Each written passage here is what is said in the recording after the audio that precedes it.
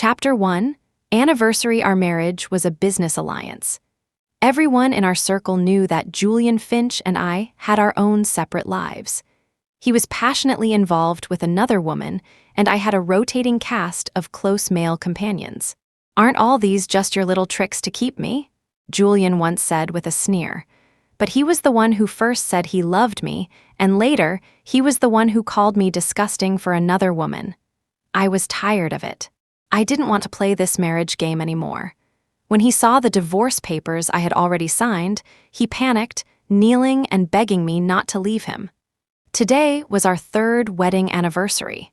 Dressed in a silk nightgown, I lounged on the sofa in our bedroom, watching my husband meticulously pick out his outfit. I knew he was dressing to please another woman. How did I know? Because his precious mistress had sent me their hotel address and room number 2 hours ago. "Jocelyn, darling, help me out. Does this light blue tie work?" What a bizarre marriage, where the husband asks his wife for fashion advice for a date with his lover. I scoffed inwardly, stopped swirling the wine in my glass, and downed the red liquid in one gulp. Getting up, I walked over to Julian, snatched the tie from his hands, and threw it on the floor. "Your taste is terrible. That color makes you look tacky. Are you going on a date or to sell insurance?" Julian's lips twitched, a flicker of annoyance crossing his face, but it vanished as quickly as it appeared. "It's just a regular business dinner. What are you thinking?" He hadn't noticed my mood yet. I grabbed his lapels with both hands, forcing him to lower his head, and whispered in his ear, "Hubby, it's our third anniversary today. Can't you stay home with me?" I deliberately breathed against his cheek, and as I let go, left a faint lipstick smudge on his collar. Julian froze for a few seconds at the word "hubby," a faint blush creeping up his ears, but he quickly suppressed it. I rarely called him that, except during our few intimate moments. He remained unmoved. Glancing back at me with a playful smirk, he said lightly, "Be a good girl, wifey. Who knows, the client might let me go early." I watched him carefully adjust the light blue tie in the mirror, select the most expensive watch from his collection, and slowly fasten it. He looked every bit the dapper gentleman. Knowing the truth, his preening display was utterly nauseating to me. Before leaving, he even spritzed on the custom-made perfume that woman had given him. The cloyingly sweet, vulgar scent made my stomach turn. As a final act of mischief, I hooked my arms around his neck, fighting back the urge to gag from the disgusting smell, and pretended to lean in for a kiss. He coldly pushed my hands away, slipped on his suit jacket, and smoothed the gel in his hair with one hand while looking in the mirror. "It's getting late, I have to go," he said flatly. Nothing I did could stir even the slightest feeling in him. The old me would have been hysterical by now, consumed by grief. But the me of today was as calm as still water, merely confirming an answer I already knew. "Have the documents delivered to my house tomorrow at 9. I sent the message to my assistant. I thought I would be heartbroken, but instead, I felt an incredible sense of relief. The next morning, I woke up early and dressed myself immaculately from head to toe. I sat at the dining table, enjoying my last breakfast in this house. I knew Julian would come home to shower and then go to the study to look over his files, so I had specifically placed the signed divorce agreement on his desk. When he got home, he went straight to the shower without a word of greeting.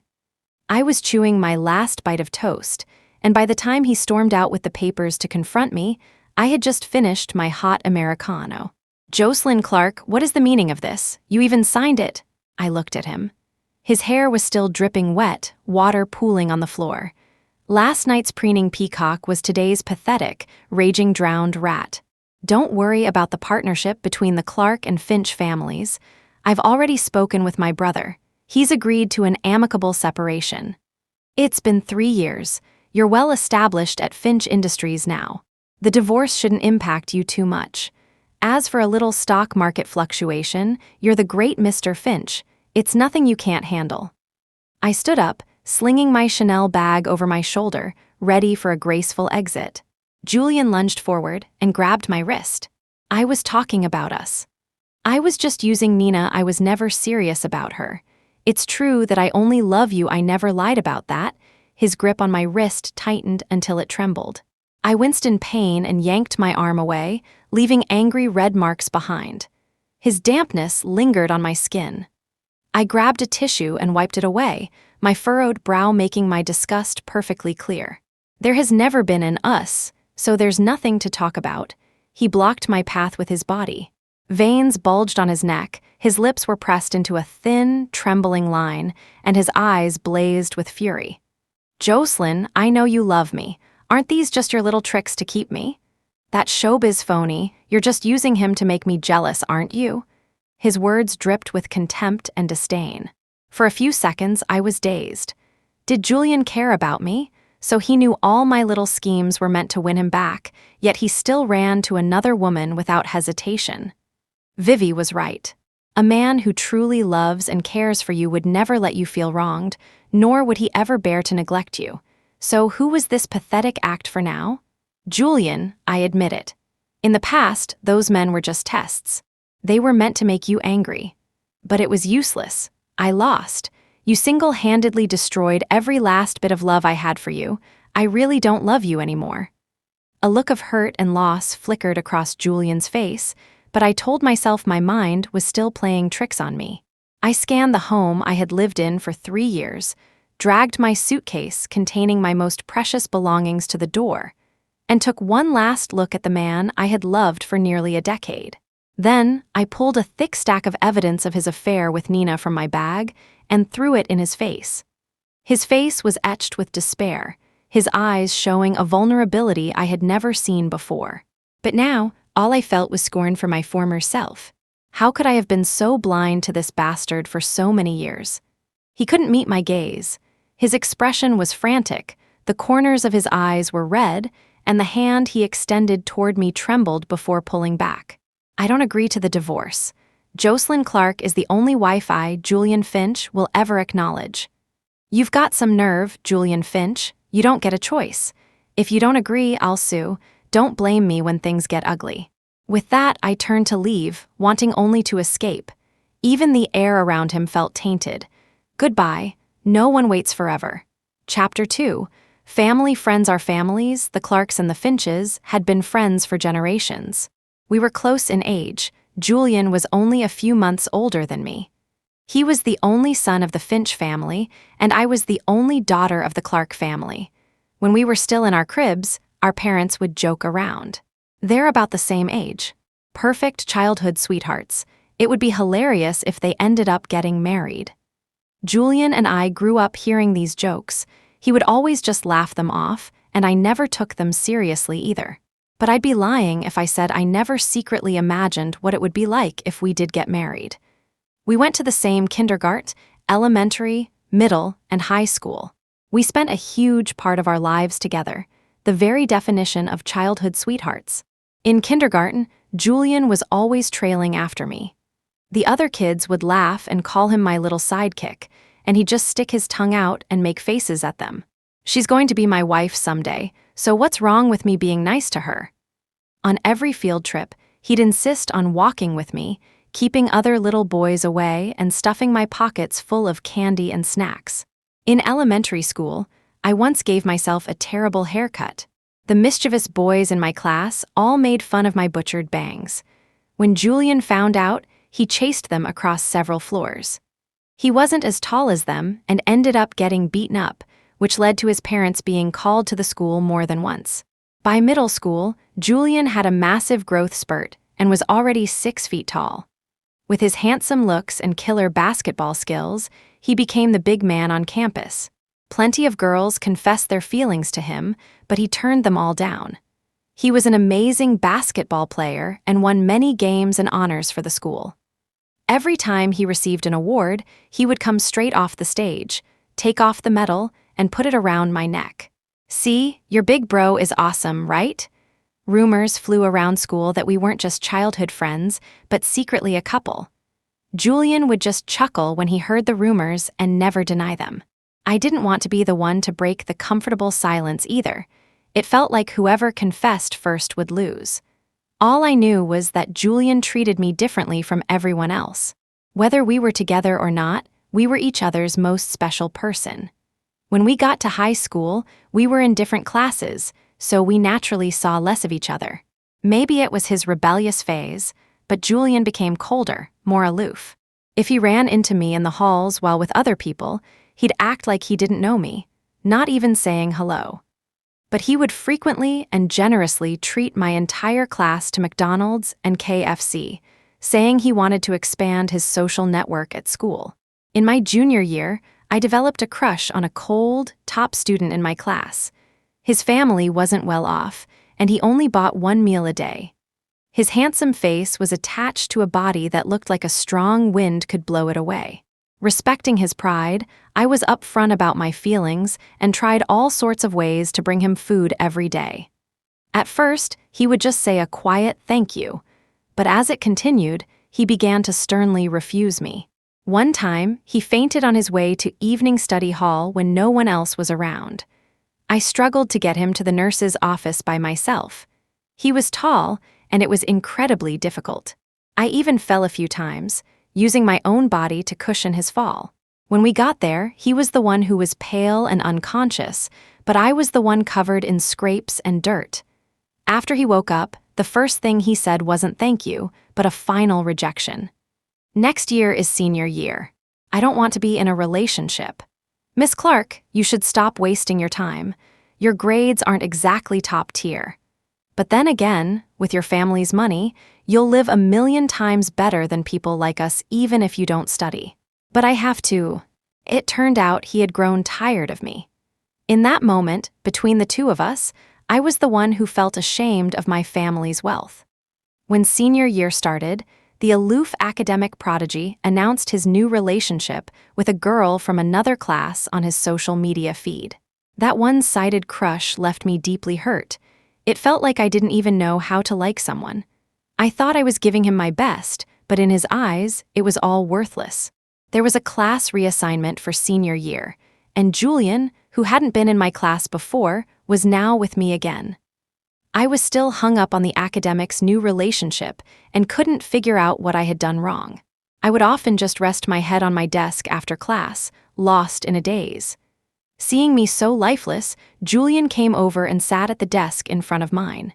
He turned to the side, leaned down, and said something I remember word for word to this day. "You should be with someone like me. We're going to get married in the end anyway."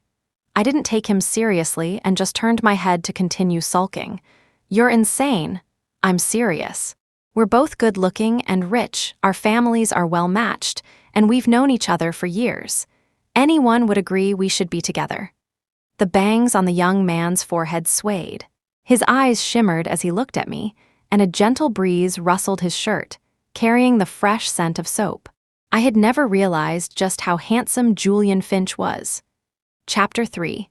Going abroad after our final exams, my family arranged for me to study business abroad, while Julian stayed in the country. The night before I left, Julian called me. "Your grades are good enough to get into a top university here. Couldn't we go abroad together after we finish our undergraduate degrees? I've gotten so used to having you around all these years. I can't imagine life without you." As he spoke, I could hear his choked sobs on the other end of the line. I walked out onto the balcony and looked up at the bright moon, my own eyes welling up with tears. "Is it just habit for you, or do you love me?" I couldn't hold it in any longer. I was willing to be the vulnerable one, the one to break the silence, just for an answer. "Look down." Julian looked up and our eyes met. The night wind blew through his thin frame, and the moonlight reflected in his tear-filled eyes as he mouthed the words, "I love you." "I love you too," I replied into the phone. In that instant, a single tear fell from both of our right eyes. The cicadas chirped, and the world fell silent, leaving just the two of us. Being separated when our feelings for each other were at their peak was agonizing. Once I was abroad, Julian would stay up every night, fighting the time difference just to video call me. We had endless things to talk about, and I never tired of his constant nagging and reminders. We were miles apart, but I felt our hearts had never been closer.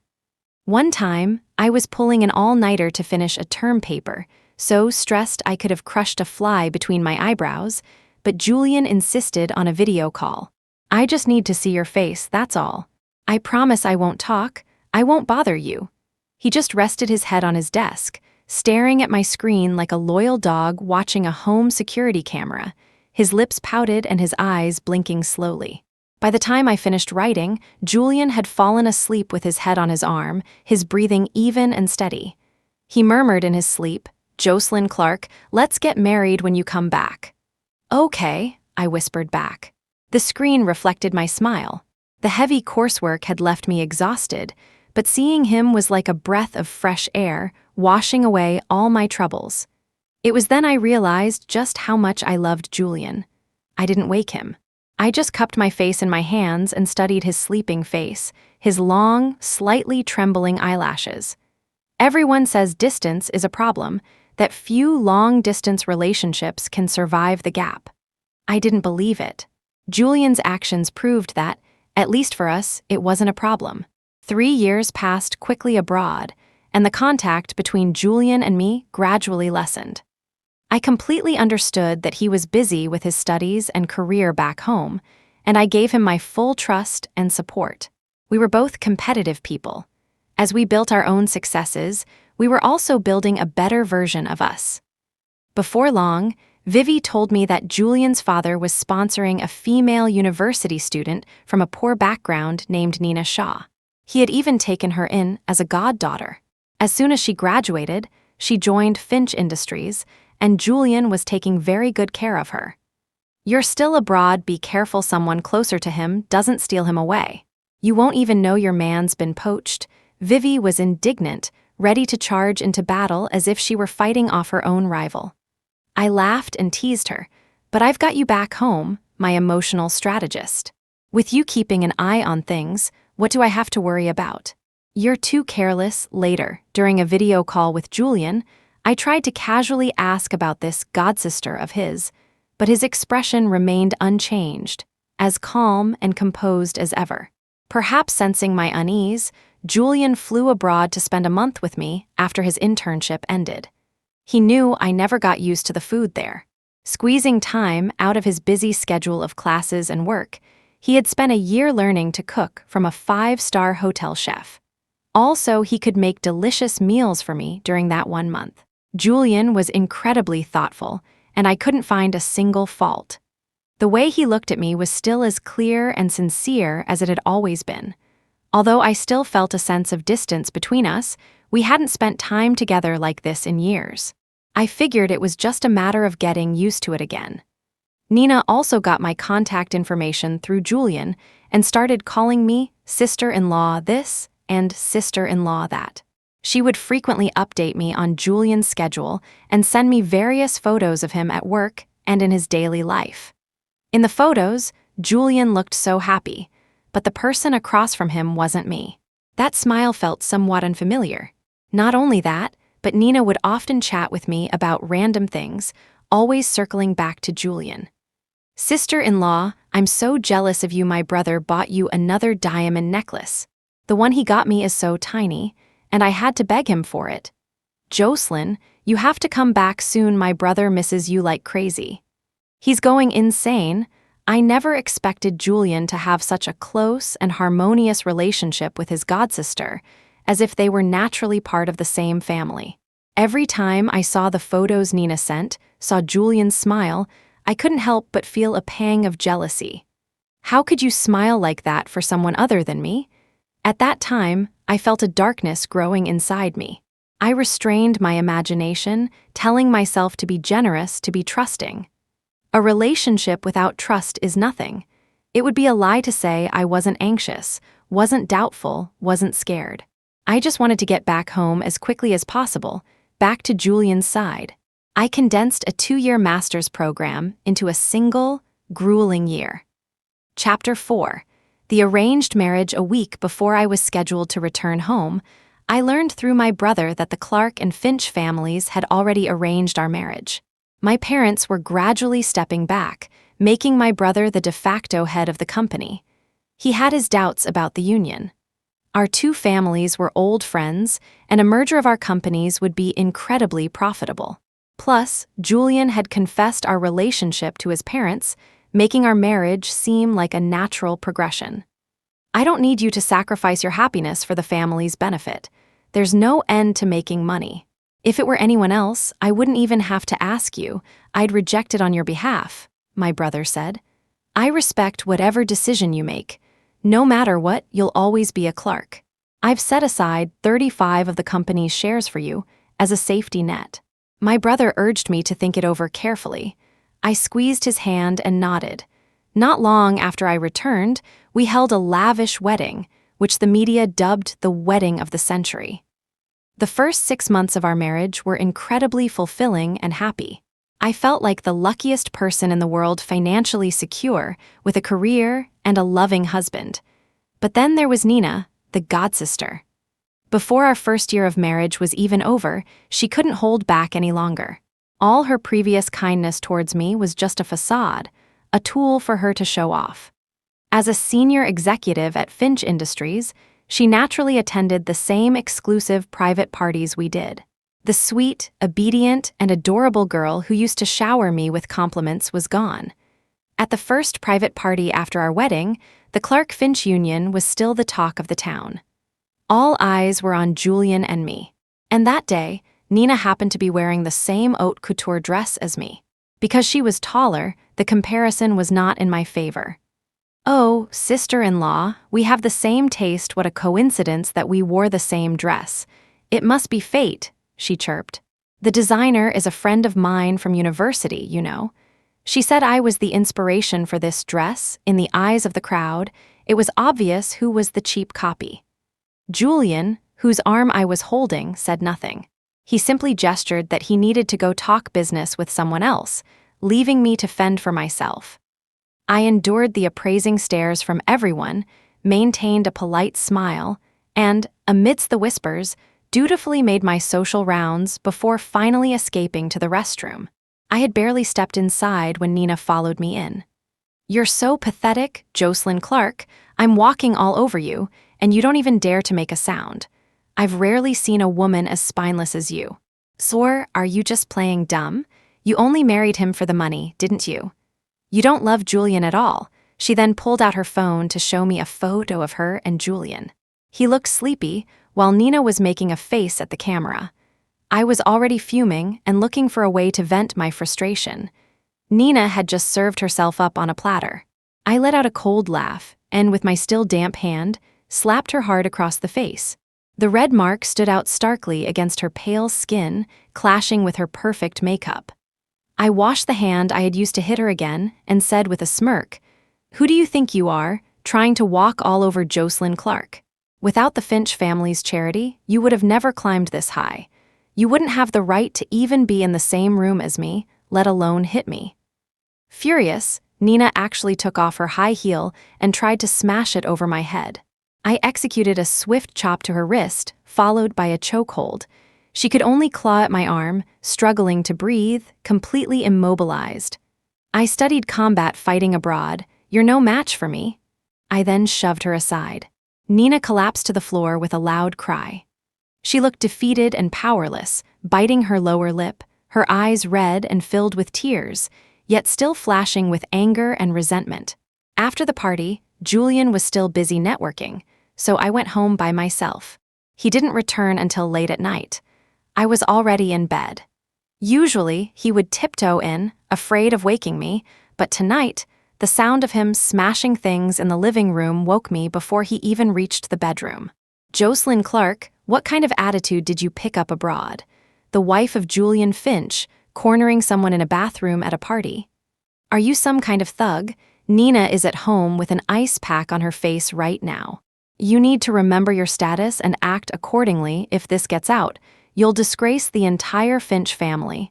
At the party, his precious godsister had been passive-aggressive with me, and he had just stood there meekly. Now, after hearing Nina's side of the story, he comes home and takes it all out on me, even daring to bring up status. I felt like all my years of trust in him had been thrown to the dogs. No matter what little games Nina played, I had always chosen to believe in him. And in return, he didn't even give me a chance to explain, immediately assuming I was the one who bullied Nina. "If you understood anything about status, Julian, you wouldn't be crossing so many lines with your godsister." Do you have any idea how many messages she sent me behind your back? Do you know that I chose to trust you every single time? Enough! It was as if I had hit a nerve. Like a child trying to use volume to cover up his mistake, he roared at me. Jocelyn, what is wrong with you? She's my sister, you're so disgusting. I sat on the bed, arms crossed, calmly observing his expression. Disgusting? Are you talking about yourself? Is it because you're the one having inappropriate thoughts about your own sister?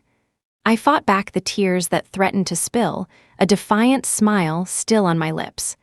I wanted to see what else Julian could possibly say. He clenched his fists and strode towards me. The moment before his fist was about to hit me, I closed my eyes and the tears streamed freely down my face. In the end, his fist slammed into the headboard with a deafening crash, making me flinch violently. Chapter 5. The Cold War. After that night, Julian and I began a long Cold War. He stayed at his apartment in the city and rarely came home. We would only see each other occasionally during the day at meetings for our joint business projects. I was so foolish back then. I thought that if Julian would just apologize and cut ties with Nina, I would forgive him and we could start over. Perhaps I was too confident. I believed that years of shared history would easily triumph over a fleeting infatuation. Everyone makes mistakes. As long as he didn't repeat it, I was willing to pretend it never happened. It seemed he was using an extreme method to prove that I was the one in the wrong, that I had misjudged him. During our Cold War, I even started to doubt myself. Was I wrong? I was the one who had struck first. Was it really worth jeopardizing our marriage over an outsider? But there was a crack in my heart that I couldn't fix alone, and I refused to be the one to back down first. Since Julian saw no problem with his actions with his godsister, I decided I could find some godbrothers and god-younger brothers of my own. For every one of his, I would find a whole group. We were both secretly and openly fighting a battle of pride, unwilling to communicate properly. The gossip columns, of course, seized the opportunity. Tabloid news about the inner workings of our high society marriage flew everywhere, becoming fodder for afternoon tea conversations. Those in our circle who didn't know the real story just assumed we had an open marriage, childhood sweethearts on the surface. But in reality, we each did our own thing, a couple that played hard. But unlike Julian, what he did with Nina was fundamentally different from what I did with my male companions. I threw myself into my work, burying my feelings for Julian deep inside. I constantly met people from different circles at various events, all in the name of finding new business opportunities to expand the Clark family's empire. My male companions were just that truly platonic friends. They weren't some sordid, hidden relationship. I wouldn't give Julian the satisfaction of catching me in a compromising position, but I had plenty of dirt on him, which changed everything. Even if we divorced later, I would be the one with the upper hand. The at-fault party in the marriage would never be me. On our second anniversary, Julian came home drunk, his tear-filled eyes looking just like they did 7 years ago when he stood beneath my window and confessed his love.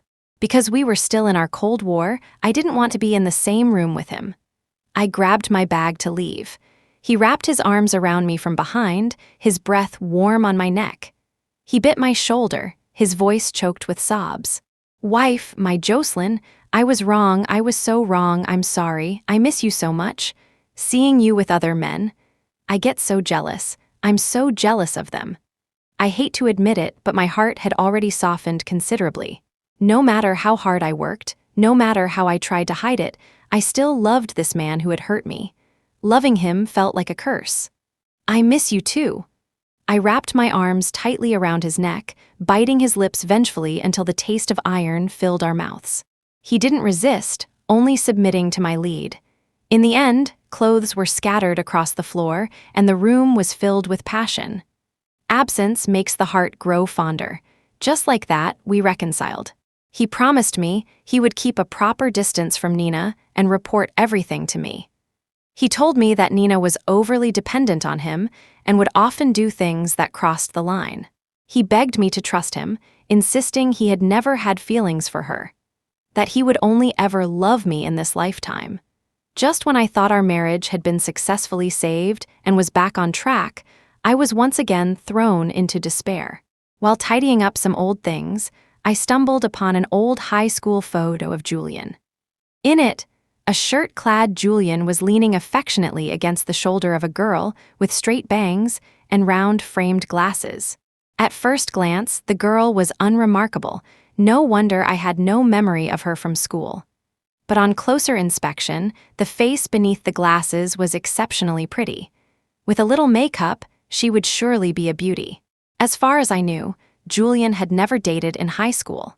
On the back of the photo was a message, "To my favorite big brother." The signature in the bottom right corner was little Nina. I looked back at the girl in the photo. It was Nina. That night, lying in Julian's arms, I carefully asked him about his past with Nina. My dad only mentioned a girl he'd been sponsoring for years when I was in university. I didn't meet Nina until then. I listened to the steady, unhurried beat of his heart. I already had my answer. From that day on, I began having them followed while maintaining the facade of our glamorous, yet rotten marriage. The blue light of the screen stung my eyes.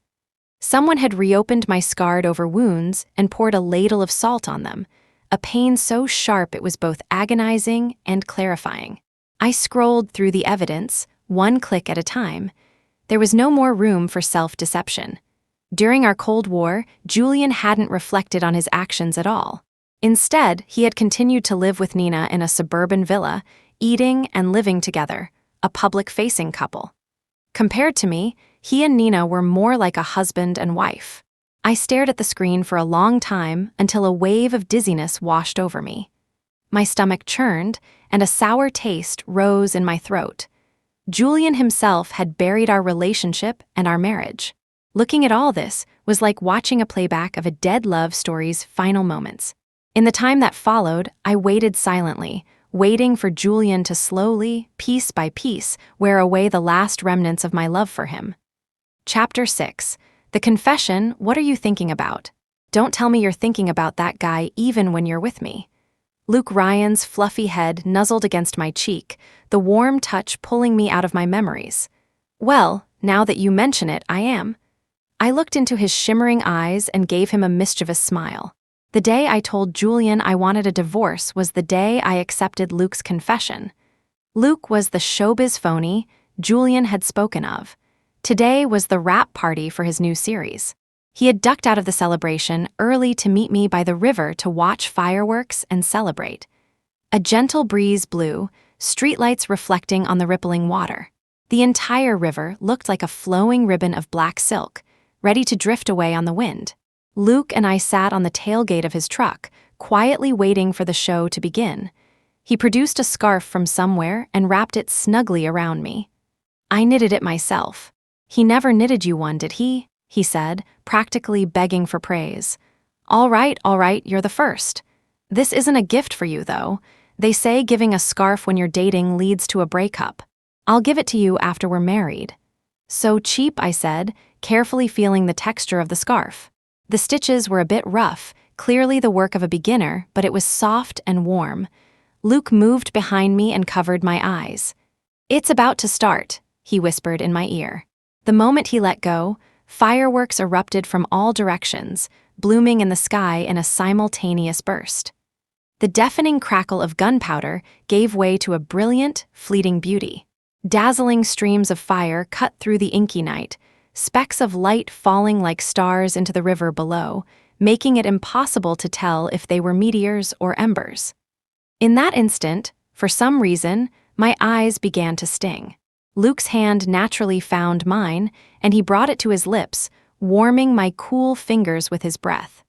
I stared at the shifting colors reflected in Luke's eyes. Under the cover of the loud booms, I said in a barely audible voice, "Maybe we got together too fast." Luke's gaze remained fixed ahead, and I didn't say anything more. When the fireworks ended, I stood up to get back in the passenger seat. In the distance, I saw a familiar face staring at me with venom. Luke immediately became alert. "You hussy, you have another man, so why are you still clinging to Julian?" I was stunned by Nina's behavior. It had been a while, and she had transformed from a top executive at Finch Industries into an unhinged shrew. I have no feelings left for Julian. I've already signed the divorce papers. We're done. You should be grateful I'm not pressing charges. Don't tempt me to sue you for slander. How can you be done? Otherwise, why won't Julian agree to the divorce you're trying to steal him from me, you bitch? I hope you die a horrible death. With that, she pulled a small knife from behind her back and slashed her own arms several times. The fury on her face twisted into a look of bizarre joy. She held up her trembling arm as if in triumph, scarlet blood dripping down and forming grotesque flowers on the ground. Jocelyn Clark, would you die for Julian? I would. I'm the one who loves him most, and I'm the only woman he truly loves. You don't deserve to love him. She stared blankly at the ground, a strange smile playing on her lips, and a low, sinister laugh rumbled from deep in her throat. You're right, I don't dare. I don't deserve it. You win, I replied, completely done with her theatrics. I had no desire to get any more entangled with Nina.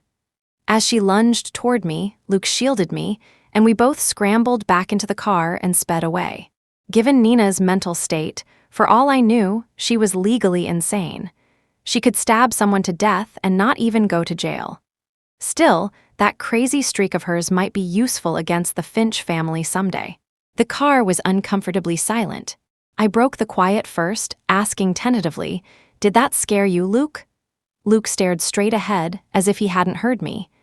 "Ever since I saw you again, I've regretted not pursuing you sooner, every single day. We could have been together earlier.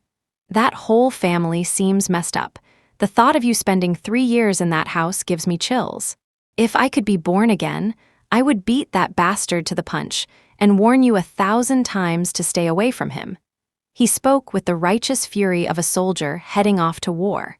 "You heard what I said back there?" I asked, glancing at him guiltily. He didn't answer, continuing as if talking to himself. "If only I had been worthy of loving you sooner, you wouldn't have had to suffer so much." Luke kept his eyes on the road, a hint of ice in his gaze. His well-defined hands gripped the steering wheel so tightly his knuckles turned white.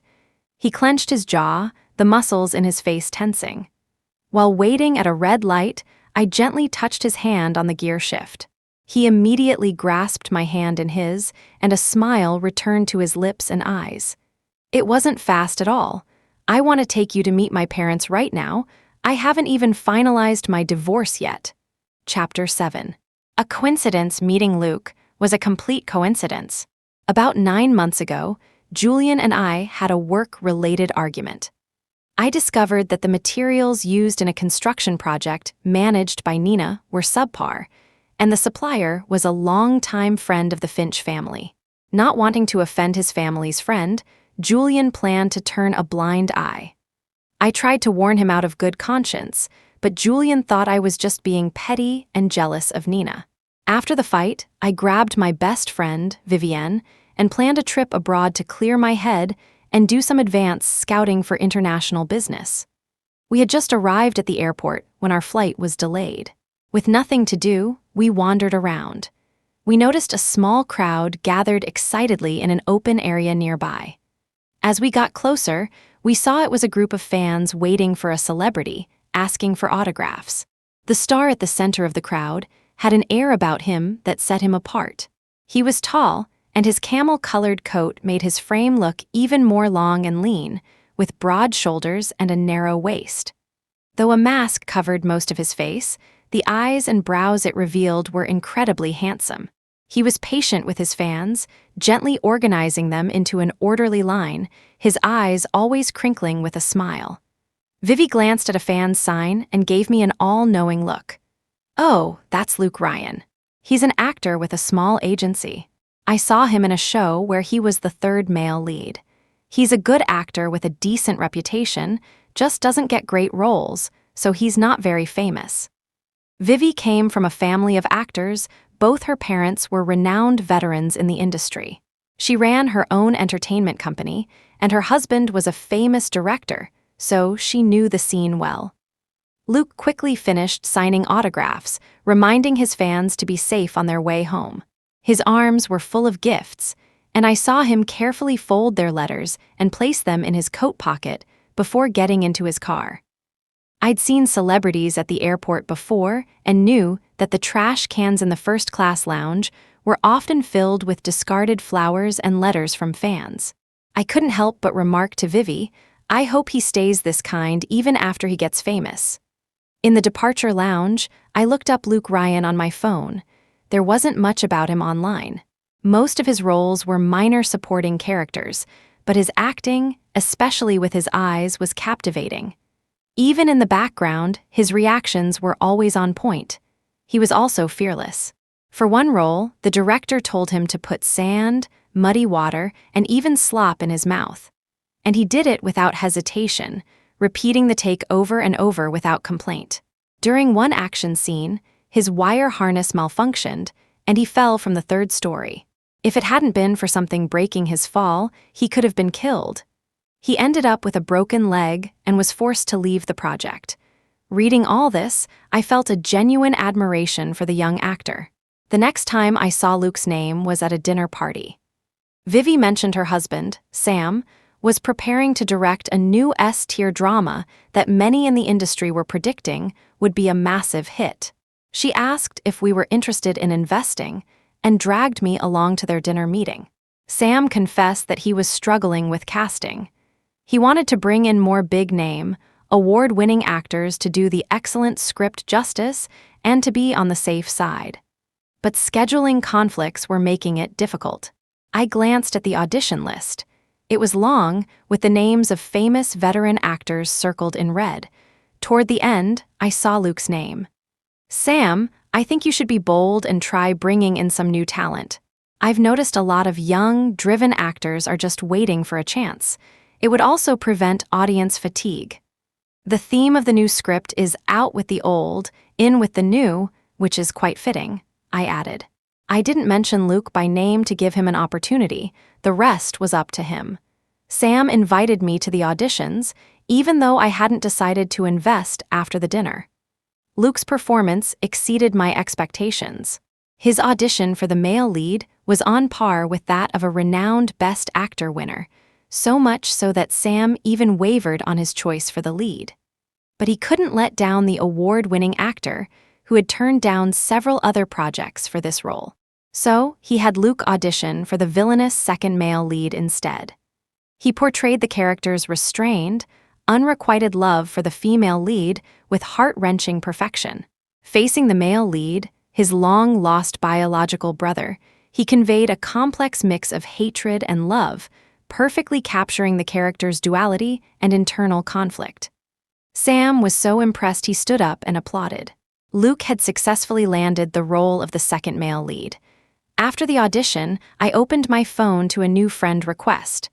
The note read, "Luke Ryan, your high school junior, Ethan Rowe."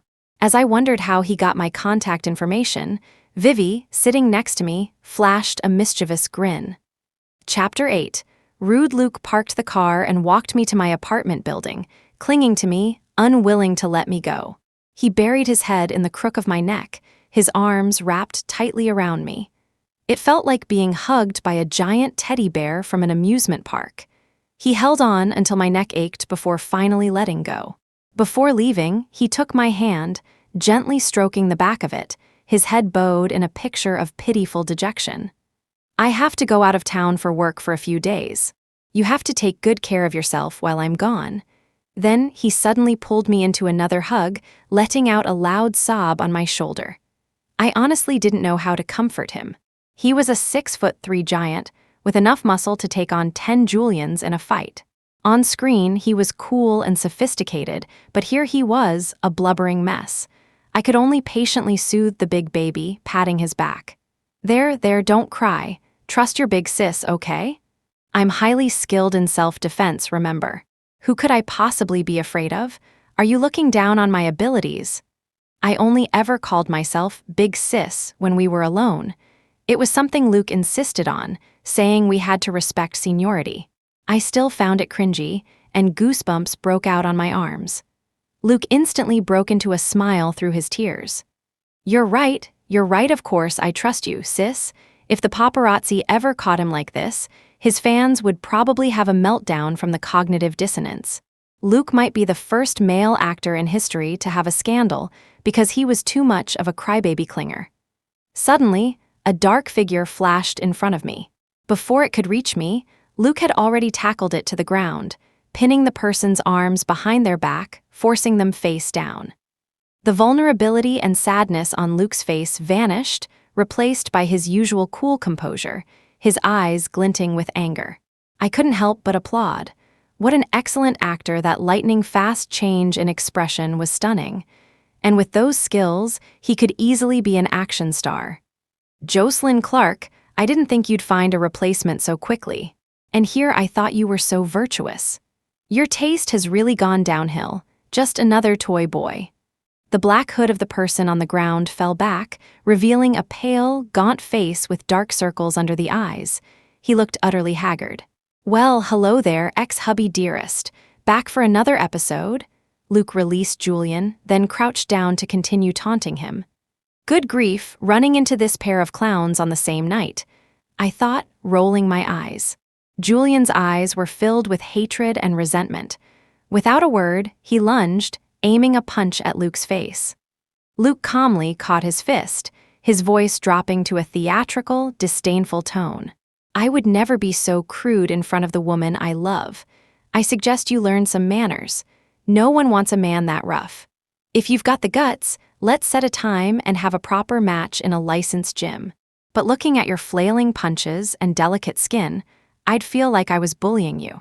He finished with a wink in my direction. Julian was seething, his teeth grinding with rage.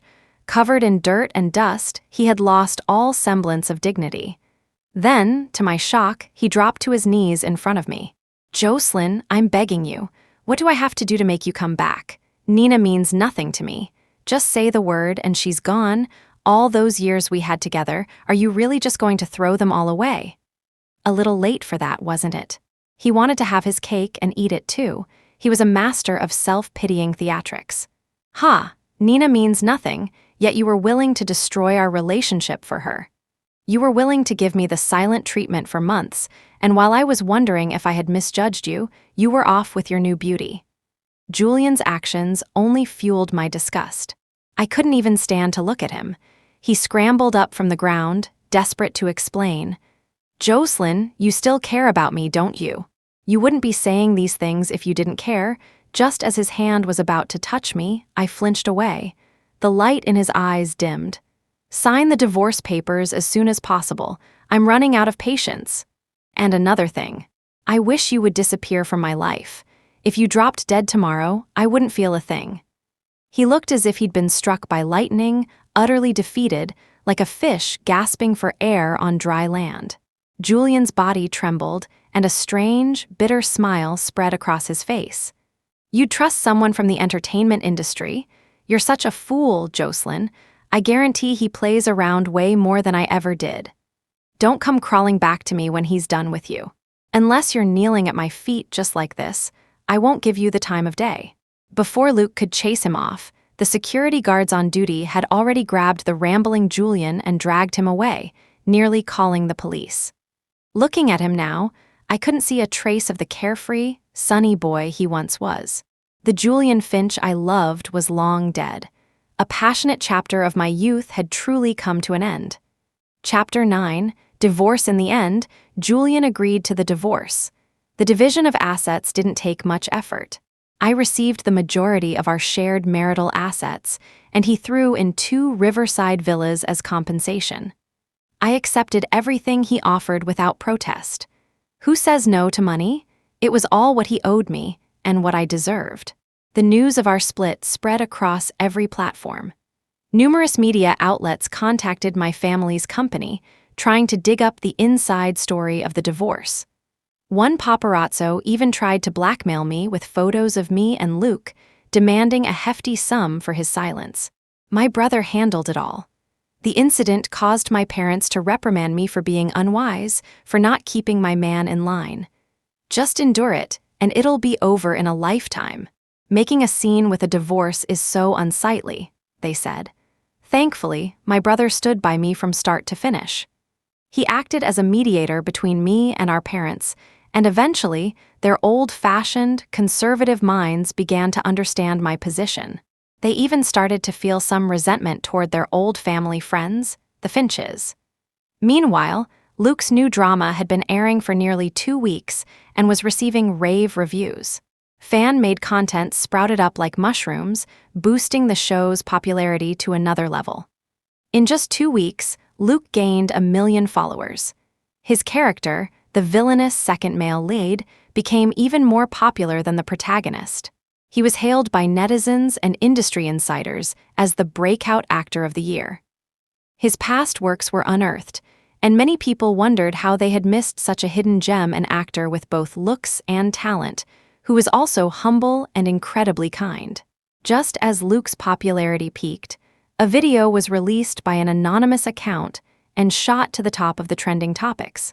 The video showed Luke and me watching fireworks by the river, his face clearly visible while mine was obscured by the scarf. The internet erupted with discussions about Luke's relationship status. Of course, all the good-looking guys are taken TT, my heart is broken. I just became a fan. To the person above, Luke never pretended to be single. How is this a scandal? Agreed. Let's focus on his work and not pry into his personal life. Upon seeing the news, Luke's first move was to change his relationship status on all his social media profiles to publicly visible. In a relationship. Eagle-eyed fans noticed it immediately. OMG, he's dating someone. I'm devastated. Goodbye, I'll support the show but not the actor anymore. Wow, in a relationship, a man who takes responsibility is even more attractive. I'm a bigger fan now. Who is this goddess who captured Luke's heart? I want to see her. At that moment, the anonymous account posted several new photos, clearly targeting me. There were pictures of Luke holding my hand. This time, only his silhouette was visible, but my face was in crystal clear view. The online comments took a new direction. Huh, isn't that Jocelyn Clark? She just got divorced. So she's Luke's girlfriend? Well, this is a real scandal. I became a fan of a homewrecker. To the person above, were you hiding under their bed? How can you be sure of anything based on a silhouette? Even if it is Luke, what can you be sure of? Maybe this account is just trying to stir up trouble. Stop making excuses for your idol. Then, as if on cue, Julian released a statement. I apologize for only addressing this now. This relationship has taken a huge toll on me, and I haven't been in the right state of mind to respond. There were indeed many problems between us, but I hope everyone can respect me and respect Miss Clark and refrain from excessive online discussion. Thank you. Immediately, the hashtags and Luke Ryan Jocelyn Clark affair exploded. Julian's unilateral move completely burned the bridge with my family. That night, I received an anonymous text. A little gift for you. Hope you like it. I was more furious now than when I had looked at the evidence of Julian's affair. The room was warm from the heating, but a chill crept over me from somewhere, and I sat on the sofa, shivering uncontrollably. My limbs were ice cold, and a cold sweat broke out on my skin. Luke suddenly appeared, a wide grin on his face. He swooped in like a flying squirrel, wrapping his coat around me and pulling me close. The warmth from his body calmed me slightly. His nonchalant attitude was a comfort in itself. Your show just finished airing. You finally made it. Aren't you afraid this will send you back to square one? That you'll never get another role? Do you realize you might even have to pay breach of contract fees? He didn't even bother to look at his phone, just popped a lollipop in his mouth and lay down with his head in my lap. First of all, we've done nothing wrong. Second, I've saved up a bit over the years. If it's not enough, my dear sugar mama can lend me some, and I'll mortgage my entire self to you. I rolled my eyes. First of all, can you be serious? Second, in your dreams. Worst case, I'll be a full-time house husband. I'm great in the boardroom and the kitchen. A catch like me isn't easy to find, my dear sugar mama. This is still the career you've worked so hard for all these years. Are you really going to let Julian ruin it? I patted the back of his head. Luke's smile faded slightly. He twirled a strand of my hair and said softly, "Don't worry, I'll handle it. You just rest easy, sis." Chapter 10. Acquaintances. I don't know how Luke handled it, but all the chaos outside seemed to have nothing to do with him. He was completely unaffected. 2 days later, he announced he was taking me to meet his parents. We were having dinner with his mom and his brother. I arrived at the hotel on Luke's arm. When he pushed open the door to the private room, I froze in shock. There were 5 people sitting inside, and 3 of them were very familiar. My former parents-in-law and my ex-husband. Coming face to face with Julian was beyond awkward. I turned to look at the other side of the table, already screaming internally. I practically had to hold my jaw in place as I walked into the room. Julian couldn't sit still. He actually slammed the table and stood up, pointing at Luke and scolding him. "Are you blind? Read the room number before you come in." Then he turned on the waiter. "What kind of service is this? You just let anyone in?" The poor waiter, clearly not used to such a scene, looked like he was about to burst into tears. A woman sitting at the head of the table interrupted Julian. "He was invited by me to meet his future daughter-in-law. Does Mr. Finch have a problem with that? Your daughter-in-law, your son, Luke Ryan?" The smug look on Julian's face drained of all color. He slowly lowered his hand and sank back into his seat. I knew that woman very well. She was the renowned entrepreneur and philanthropist, Miss Jade Rowe, the country's first self-made female billionaire. For a long time, she had been the role model I strived to emulate. Finally meeting my idol in person, my excitement completely overshadowed the previous awkwardness. Forcing myself to remain calm, I quickly walked over and took the hand Miss Rowe extended to me. In that moment, my eyes welled up. Jade Rowe was a very approachable person. She warmly invited me to sit down, which further soothed my anxious heart. Not long after we were seated, I used the excuse of needing to get something from Luke's car to pull him out of the room. Once in the hallway, I pinched a soft spot on his waist hard. Ethan Rowe, you're my idol's son?" Luke closed his eyes, tilted his chin up, and a proud smile spread across his face. The one and only.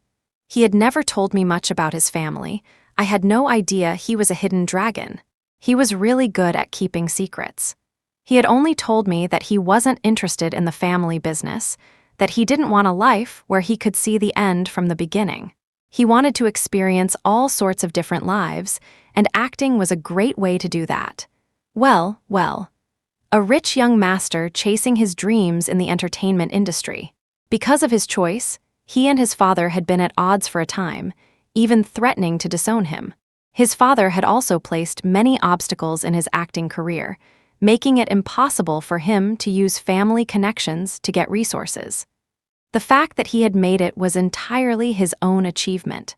A few years ago, his father's health declined, and he finally came to terms with his younger son's choices, letting him be. After his father passed away, Jade gradually retired, handing over the company to Luke's older brother. When Luke and I returned to the room, we saw Mr. Finch Sr. and Julian obsequiously raising their glasses to Jade, apologizing. Mrs. Finch was busy pouring tea and bowing her head. I had heard that when the Finch family was starting out, Luke's father had helped them a lot. Their business had relied heavily on the Rowe family's support over the years, so naturally, they wouldn't dare offend them. They needed to cling to that lifeline. This dinner was actually the Finch's attempt to discuss a new project with the Rowes. Luke had just told his family at the last minute that he was joining them for dinner. He did it on purpose. I knew he did. My foolish son has eyes, but failed to recognize someone important. He has greatly offended your son. A terrible mistake, truly. I never imagined your son would be so successful in his acting career at such a young age. Rest assured, not another word of those rumors will reach your ears. We hope that Chairwoman Rowe and Mr. Rowe will continue to support us in our upcoming projects. As Mr. Finch Sr. spoke, he kept slapping Julian's face. Even as his face turned red and swollen, Julian kept his head down, fuming but silent. Luke and I exchanged a smile. It was quite satisfying. Jade's face was unreadable elegant, dignified, and calm. I never expected to see Nina here. The door burst open, and Nina stumbled in, hair disheveled, dark circles under her eyes. She had lost all her former radiance and looked utterly wretched. She walked straight to Julian and collapsed at his feet with a thud. Everyone in the room was stunned by her appearance. Nina clung to Julian's leg and started to sob. "You can't leave me. Are you really going to cast me aside for that bitch Jocelyn Clark? I'm the one who loves you the most. Jocelyn doesn't love you at all. Why can't you see that?" Under the table, Luke quietly squeezed my hand, his eyes filled with concern. I shook my head at him. Across from us, Julian's eyes darted nervously towards his father. He disgustedly pushed Nina's hands away and hissed, "Stop making a scene, didn't I tell you to go home? We're talking business." Nina's sobs grew louder, her tears smearing her makeup into a tragic mess. "You're lying if you were talking business. Why is that bitch here and why is that toy boy here too?" Mrs. Finch quickly covered Nina's mouth and struggled to drag her out of the room. But Nina fought her way free, her eyes bloodshot. She turned and stared viciously at me, then lunged as if she had lost her mind. Luke shielded me, but Julian had already grabbed Nina by the back of the neck. She let out a piercing shriek as he dragged her forcefully out the door. This act completely enraged Nina. With a strength that came from nowhere, she broke free from Julian's grasp and collapsed on the floor, wailing. She pulled a crumpled piece of paper from her coat and threw it at Julian's face. "You still say you don't have feelings for her, you're still protecting her. I'm pregnant, and you still treat me like this." Sob, sob, sob. Hearing that Nina was pregnant, Mr. Finch Sr. shot up from his seat and slapped her across the face. He grabbed her arm and slapped her again. You get rid of it tomorrow." He then burst into tears, panting heavily, and collapsed onto the floor, his legs splayed out. Mrs. Finch was shocked by her husband's actions and quickly knelt to check on him. "This is a sin then." As if realizing something, Mrs. Finch started strangling her husband, slapping him repeatedly. "Divorce, divorce, what have I done to deserve this life?" The Finch family's drama turned the rest of us into unwilling spectators. What on earth was happening? The color drained completely from Julian's face. Across from him, Nina was so shocked that she suffered a miscarriage on the spot. Chapter 11. The deal is off. The Finch family had no face left to show the rose. The business deal between the two families was naturally off. In a fit of rage, Mrs. Finch divorced Mr. Finch Sr. He was already stressed out by the two of them, and while trying to win his wife back, he had a stroke and was rushed to the hospital in critical condition. After her miscarriage, Nina had a complete mental breakdown. After several suicide attempts at the hospital, she was diagnosed with a severe psychiatric disorder and was to spend the rest of her life in a mental institution. Julian, that coward, washed his hands of all his family's problems and holed himself up in our old marital home, wasting away. As if that wasn't enough, disaster struck Finch Industries again. Several of their shoddy construction projects led to the accidental deaths of several workers, and the victims' families sued. The investigation revealed that Finch Industries was also involved in tax evasion and multiple cases of financial crime. In the end, Julian was sentenced to 12 years in prison. Finch Industries subsequently declared bankruptcy. Less than a month into his sentence, Julian suffered a sudden heart attack in prison and died after failed resuscitation attempts. A week before his death, I agreed to a request to visit him in prison without telling Luke. It wasn't for any other reason than to gloat. I won't lie, seeing how far he had fallen brought me immense satisfaction. Julian's head was shaved, all his former charm was gone. Dressed in a dark blue prison uniform, his eyes were sunken, and his face was lined with wrinkles. He looked 10 years older. If you didn't know, you would never guess this prisoner was once the famous heir to the Finch fortune. Without his family's halo, without the designer labels, Julian was no different from any other inmate, utterly ordinary.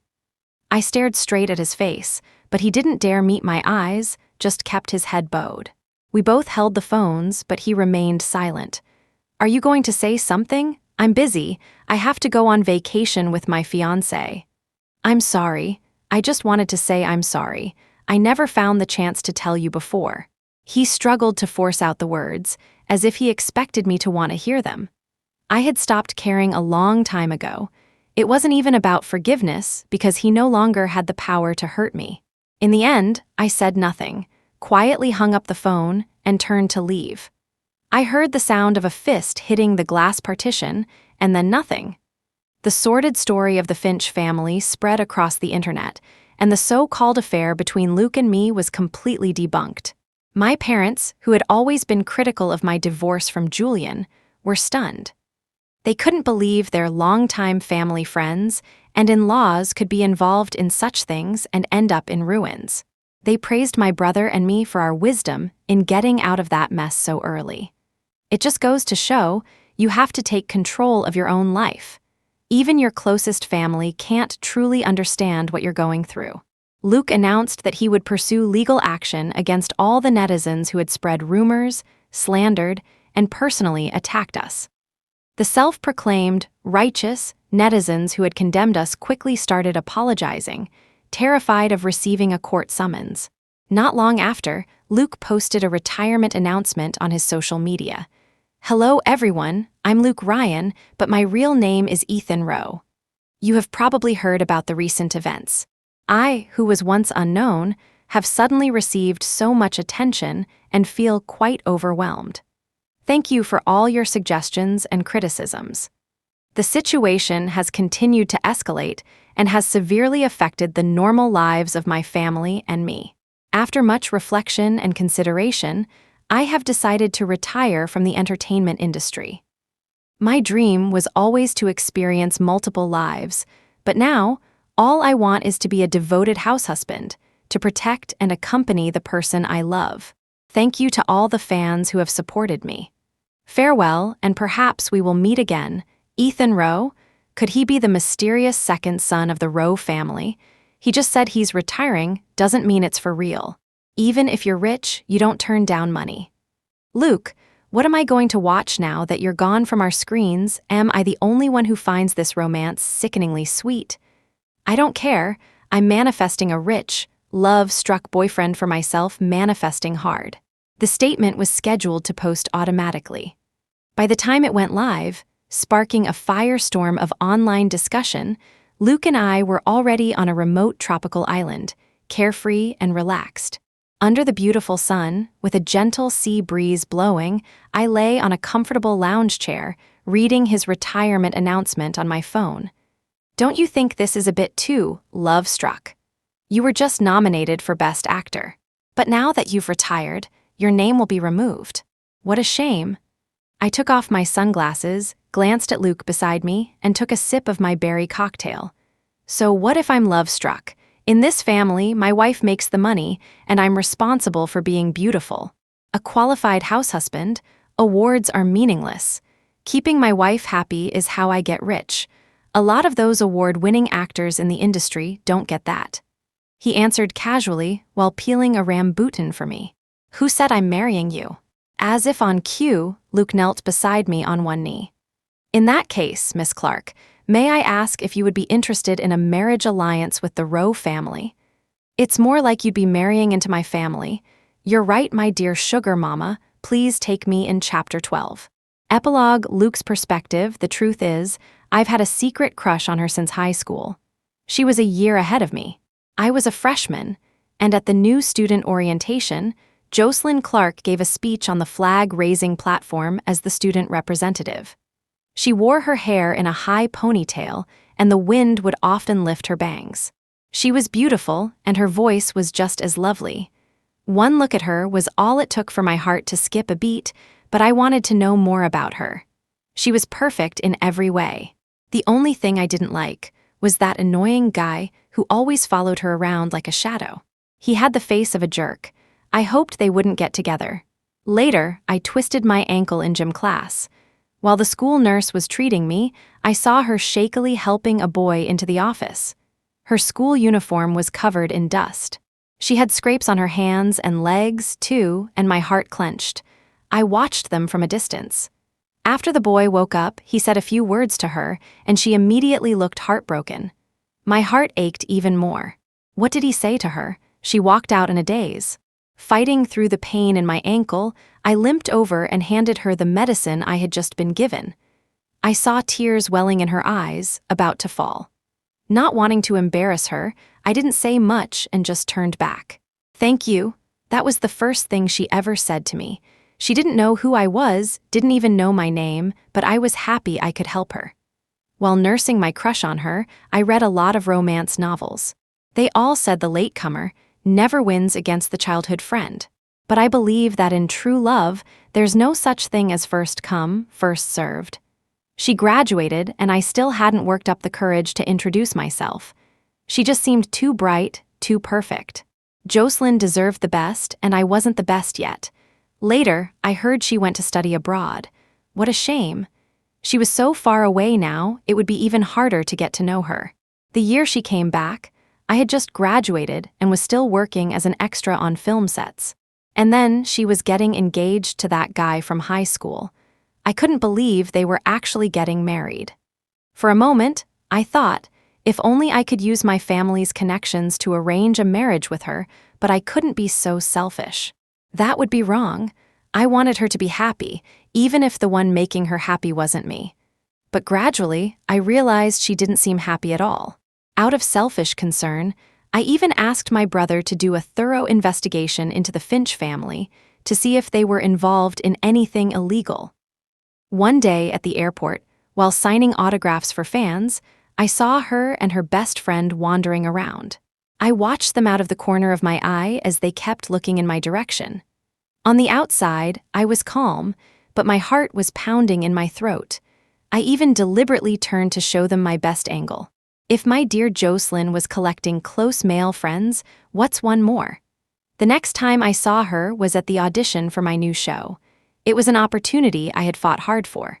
I had to perform well in front of her, but honestly, I was so nervous that day I felt like I was going to faint on the spot. After the audition, her best friend walked over to me and gave me Jocelyn's contact information. So she had noticed me. She was still so kind, always willing to help others, no matter who they were. She had seen all my years of hard work. Even if I didn't get the role, I felt it was all worth it.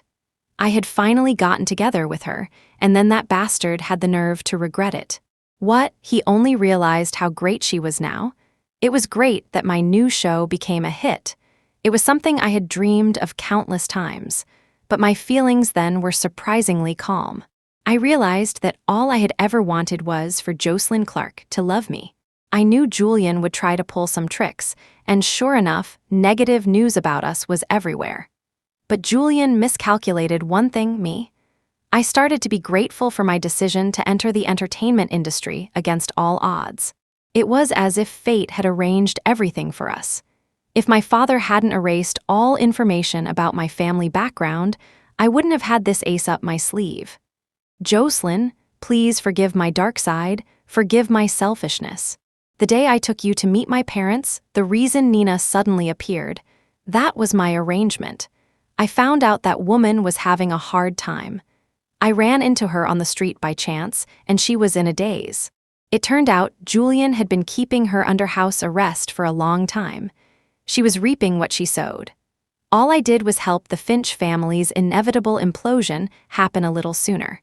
Julian was the main culprit who hurt you, but every other member of the Finch family was an accomplice. I made sure to send your regards to each and every one of them. Don't worry, my love, no one can ever hurt you again. We finally got married. My dream, 10 years in the making, finally came true. At the wedding, I was trembling with nervousness, so choked up I could barely get through my vows. On our wedding night, I held her and cried all night. I'm so pathetic. I often look back on our story, and it feels like an unreal dream. I love her so much, and she loves me. Every time I think about it, I'm moved to tears. How lucky I am to be loved by her. She's no longer distant, no longer untouchable. Right now, she's sleeping peacefully in my arms, her breathing even and steady. I place a kiss on her forehead. I love you. Good night and sweet dreams, my love.